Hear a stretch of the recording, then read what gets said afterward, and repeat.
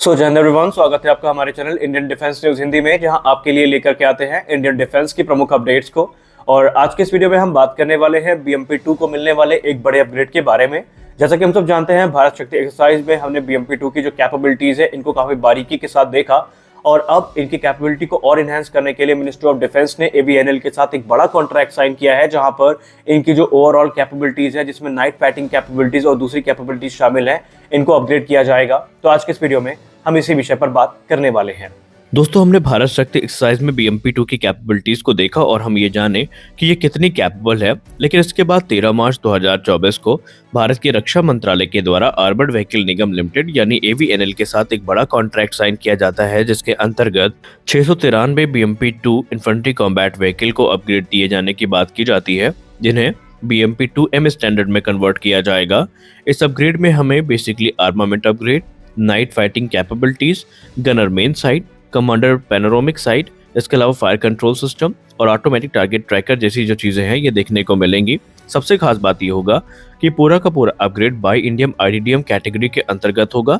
IDDM का मतलब होता है indigenously design, developed and manufactured category, यानी सारी चीजें भारत से ही सोर्स की जाएंगी।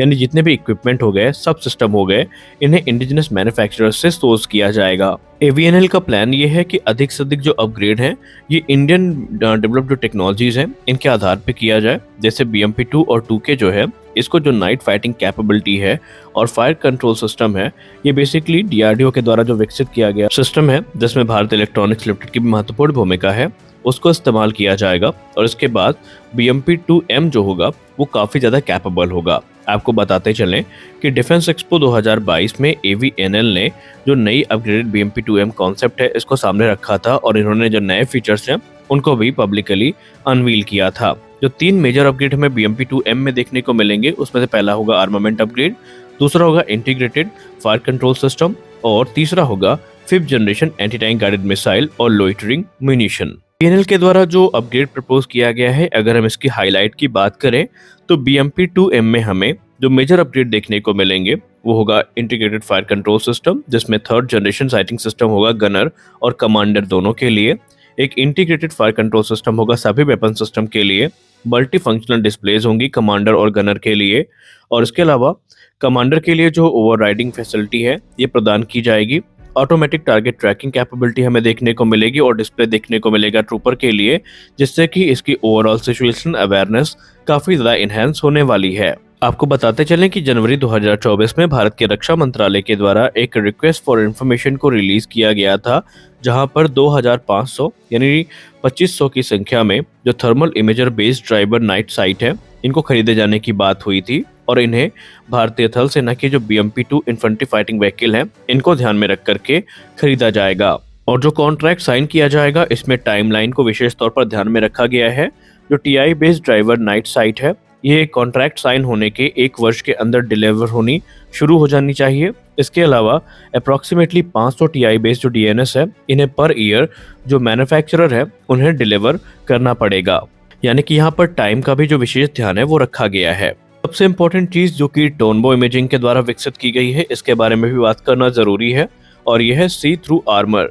दरअसल टोनबो इमेजिंग ने एक बहुत ही इंटरेस्टिंग सोल्यूशन विकसित किया है BMP-2 जैसी फाइटिंग व्हीकल्स के लिए, और बाकायदा उन्होंने एरो इंडिया 2021 में इसको प्रदर्शित भी किया था।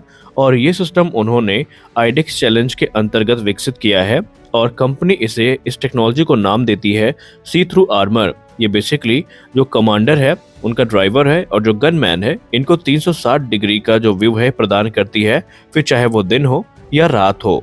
टोटल जो 9 पेयर हैं डे एंड नाइट कैमरास के, वो फाइटिंग व्हीकल में या कॉम्बैट व्हीकल में इंस्टॉल किए जाएंगे। इनमें से प्रत्येक कैमरा 40 डिग्री का जो व्यू है उसको कवर करता है, और जो 9 कैमरास हैं वो टोटल 360 डिग्री की जो कवरेज है ये प्रदान करते हैं। और सबसे खास बात यहाँ पर ये है कि जो इमेजेस जनरेट होती हैं इन कैमरास से, उन्हें एक कंप्यूटर विजन एल्गोरिथम की सहायता से स्टिच किया जाता है, जिसके चलते एक पैनोरामिक जो व्यू है वो जनरेट होता है।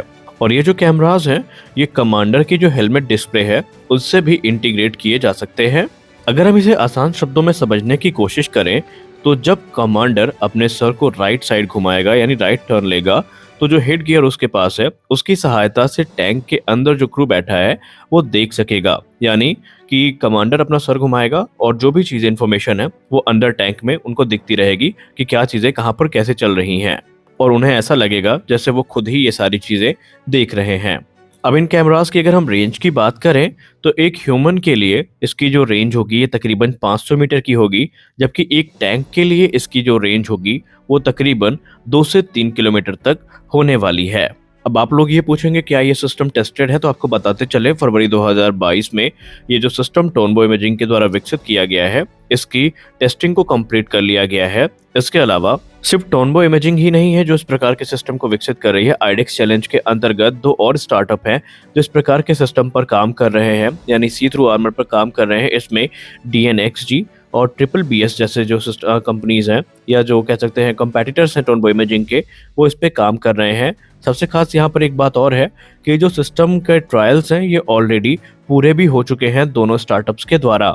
लेकिन अगर हम टोनबो इमेजिंग की बात करें तो इन्होंने जिस सिस्टम को विकसित किया है इसका इस्तेमाल सभी प्रकार के जो आर्मर्ड प्लेटफॉर्म है उसमें किया जा सकता है, जैसे कि इन्फेंट्री फाइटिंग व्हीकल हो गई, आर्मर्ड पर्सनल कैरियर जिसको हम APC कहते हैं, या फिर जो मेन बैटल टैंक्स हैं उनमें भी इन सिस्टम का इस्तेमाल किया जा सकता है। और आने वाले भविष्य में ये माना जा रहा है कि जो स्टार्टअप इस समय इस क्षेत्र में काम कर रहे हैं इनकी सहायता से और भी इम्पोर्टेंट जो डिफेंस प्रोजेक्ट है ये काफ़ी आसानी के साथ पूरे किए जाएंगे, क्योंकि जब से प्राइवेट सेक्टर की एंट्री इस क्षेत्र में हुई है चीज़ें काफ़ी ज़्यादा तेज़ी के साथ आगे बढ़ रही हैं। तो आज के इस वीडियो में बस इतना ही, मिलता है अगले वीडियो में कुछ और अपडेट्स के साथ, तब तक के लिए जय हिंद।